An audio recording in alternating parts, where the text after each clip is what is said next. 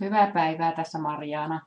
Näytän teille tässä videossa, miten voit asentaa ilmaisen Jing-ohjelman tietokoneellesi. Mene Googleen ja kirjoita hakukenttään Jing ja paina hakupainiketta. Sieltä aukeaa ihan ensimmäisenä hakutuloksessa Jing. On TechSmithin sivuilla. Siitä linkistä klikkaamalla pääset Jingin sivuille. Ja Jingissä löytyy joko ilmaisohjelma tai sitten maksullinen ohjelma. Minä menen lataamaan tästä Free Download eli ilmainen lataus painikkeesta.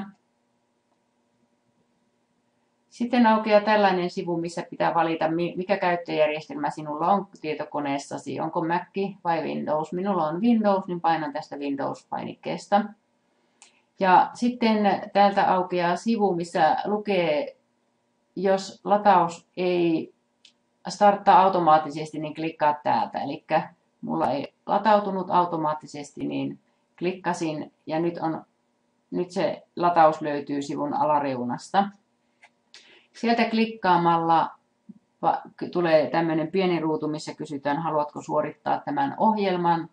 Minä painan suorita eli Run painikkeesta.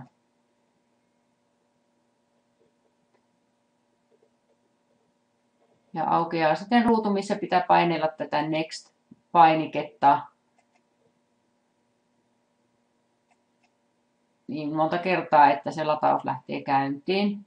Ja sitten lukeekin täällä jo Jing is ready to go. Painetaan Finish-painiketta. Ja normaalisti tässä aukeaa ruutu, mihin pitää kirjoittaa omat yhteystiedot. Mulla oli tämä Jing-ohjelma jo aikaisemmin koneella, niin mulla lukee täällä Jing on jo toiminnassa, ja minä olen siis rekisteröitynyt tähän aikaisemmin, niin minä painan OK-nappainta, mutta muuten kirjoita omat yhteystietosi aukeavan ruutuun.